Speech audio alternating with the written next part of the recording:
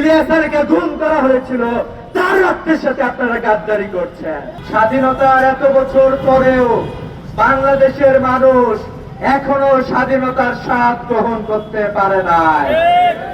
বারবার আমাদের উপরে যে সকল শাসক গোষ্ঠী চেপে বসেছে, তারা আমাদের স্বাধীনতাকে টুটি চেপে ধরেছে। আজকে এত বছর পরে আমরা 12ই ফেব্রুয়ারি 2026 সালে যে নির্বাচন হয়েছে, সে নির্বাচনে বাংলাদেশের 69% মানুষ জুলাই সনদের 84টি সংশোধনী প্রস্তাবের উপরে, সংস্কার প্রস্তাবের উপরে জনগণের রায় প্রদান করেছে। কিন্তু আমরা দেখতে পাচ্ছি বর্তমান সরকার সেই রায়কে বৃদ্ধাঙ্গুলি দেখানোর চেষ্টা করেছে। 133টি অধ্যাদেশের মধ্যে 20টি অধ্যাদেশকে তারা পাশ কাটিয়ে এই অধ্যাদেশগুলোকে তারা পাশ করতে চায় না বলে আমরা জেনেছি। আমরা এটাও জেনেছি গণভোট অধ্যাদেশকে তারা বাতিল করে দিতে চায়।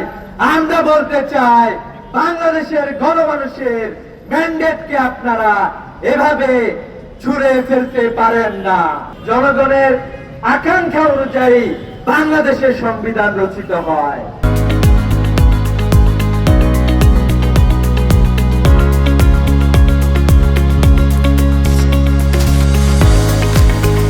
অতএব এ ধরনের ডিস্ট্রাকটিভ কার্যক্রম থেকে আপনারা ফিরে আসবেন সেই প্রস্তাব রাখছি।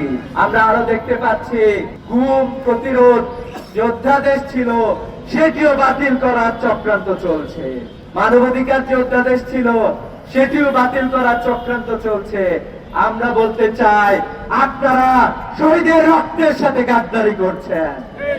আপনাদের কর্মী ইলিয়াসকে গুম করা হয়েছিল, তার রক্তের সাথে আপনারা গাদ্দারি করছেন। বর্তমানে স্বরাষ্ট্রমন্ত্রীকে দেখছি, উনি খুবই বিভিন্ন ধরনের সংবিধানের বিষয়গুলো সামনে নিয়ে আসার চেষ্টা করছেন, অধ্যাদেশগুলো বাতিল করার চেষ্টা করছেন। আমরা বলতে চাই, আপনি আপনার অতীত থেকে শিক্ষা গ্রহণ করুন।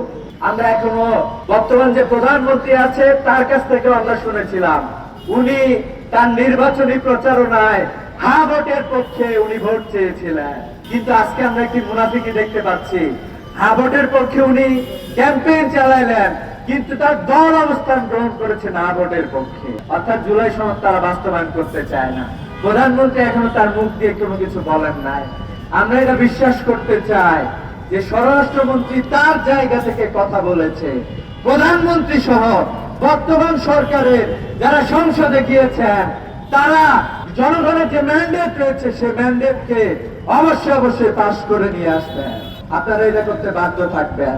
আমরা স্বাধীনতার এত বছর পরে আমরা একটি সুন্দর বাংলাদেশ চেয়েছিলাম, যে বাংলাদেশে তরুণরা শিক্ষার অধিকার পাবে, যে বাংলাদেশে উন্নত শিক্ষা ব্যবস্থা থাকবে, যে শিক্ষা ব্যবস্থার মাধ্যমে উন্নত নৈতিক মানবীয় চরিত্রের মানুষ তৈরি হবে এবং যোগ্য মানুষ তৈরি হবে।